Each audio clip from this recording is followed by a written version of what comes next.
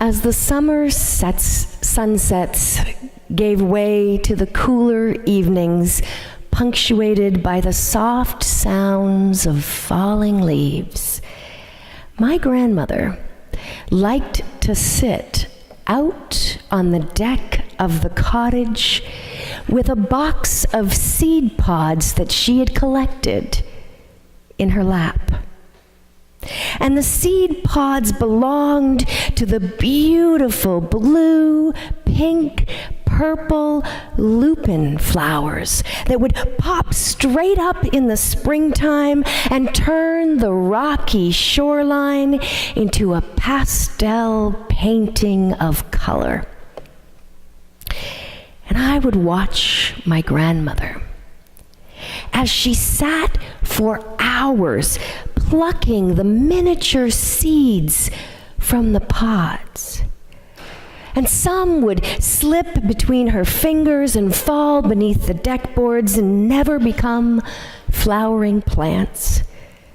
By the end of the week, my grandmother would have harvested maybe 2 small handfuls worth of potential. Tiny, grayish-brown flecks of shriveled seed that would become next year's scenic masterpiece.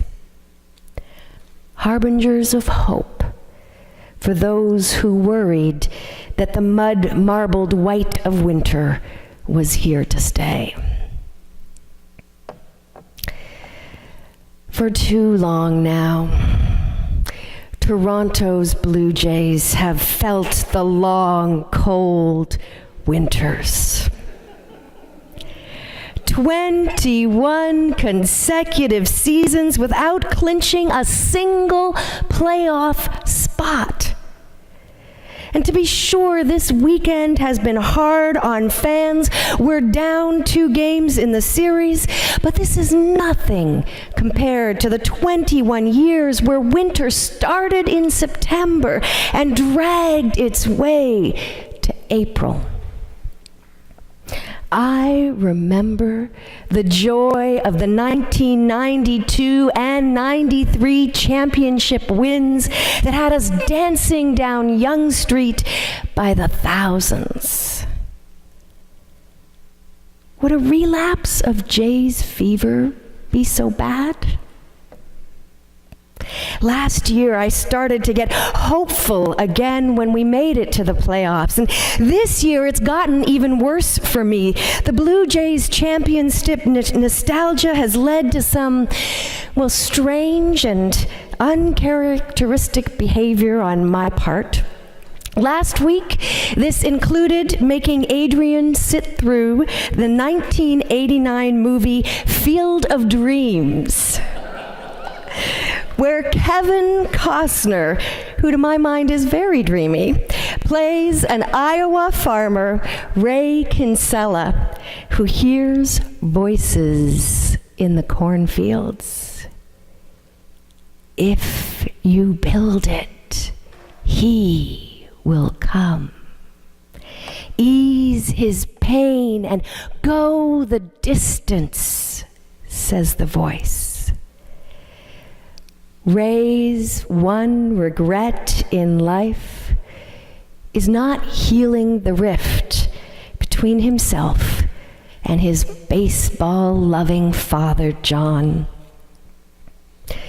But it is too late now, because John died a lonely man on the other side of the relationship abyss.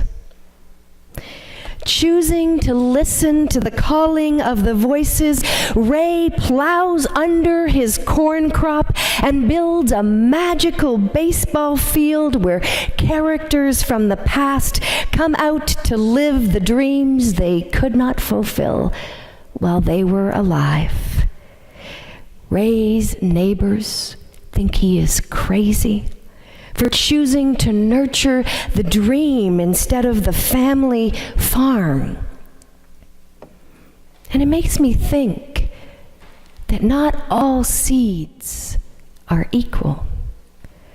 choosing the right seeds to plant is as much a part of the human journey as anything else. That listening for that voice that calls you into the unimagined destiny and finding the courage to scatter seeds where others wouldn't dare is not for the faint of heart. For 23 years, Lillian Wambui of Naivasha, Kenya, has farmed the way her ancestors always had, growing maize and beans on her 4 acres of land. That is, until the rain became irregular and the winds of climate change threatened the whole farm and the livelihood of her family. And in 2009, like so many of the neighboring families, Lillian's family began receiving food aid because their farm was no longer sustainable. Hope. Hope came back into Lillian's life when an idea was planted in their community. Why not form a local farmers group to advocate and work together on the problem? As a team, they began to dig a pond on Lillian's farm, and they lined that pond with plastic to store rainwater for irrigation. And they trained themselves to grow new crops in rotation: sweet potatoes, pigeon peas, cassava, fruit trees, with the seed money given to them by the Canadian Food Grains Bank. And the pictures of Lillian's farm this year are stunning. Lush, green, plentiful. The income from her farm provides more than enough to feed her family, pay school fees for all 6 children.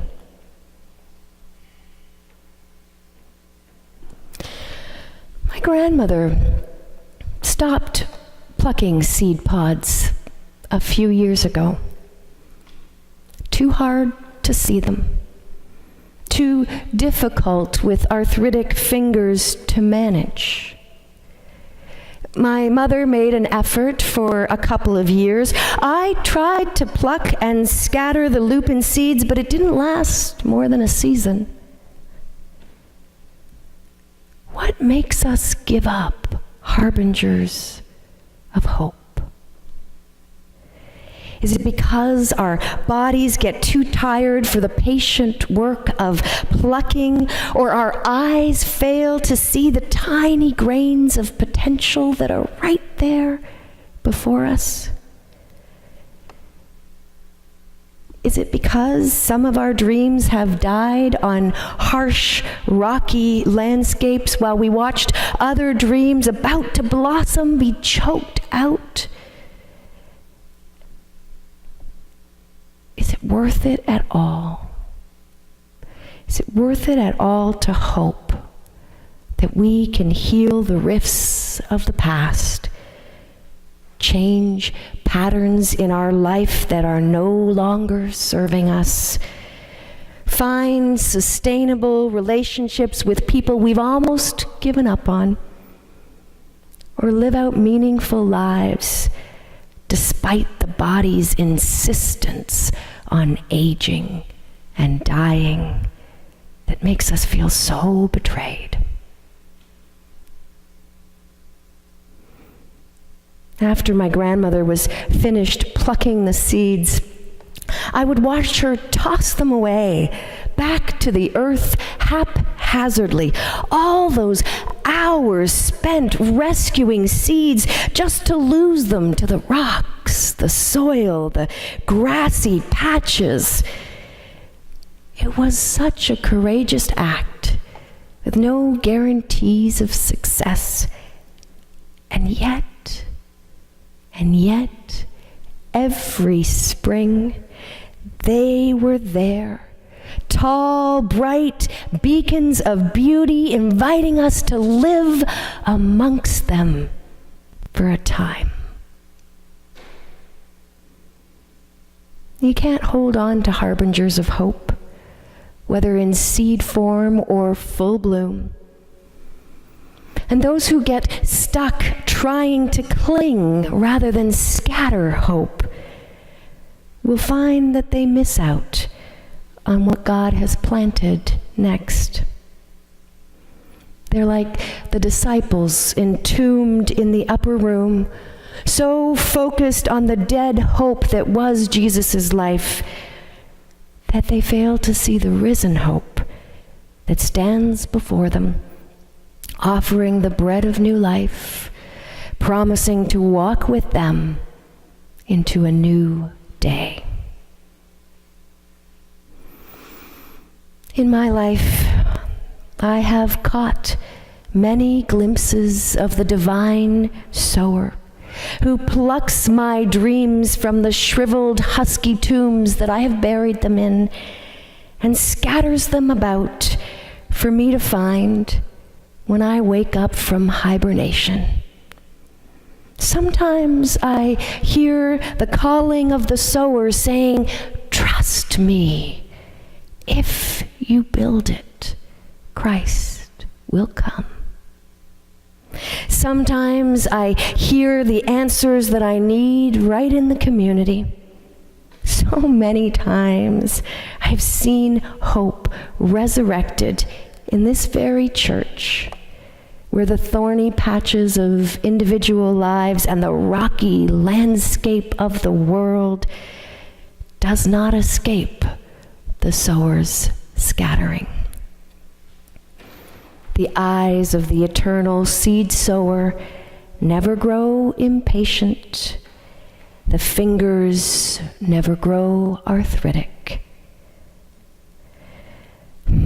Who knows when winter will come for the beloved blue jays, or for ourselves when we will go into hibernation in fear for the sake of our small, precious lives.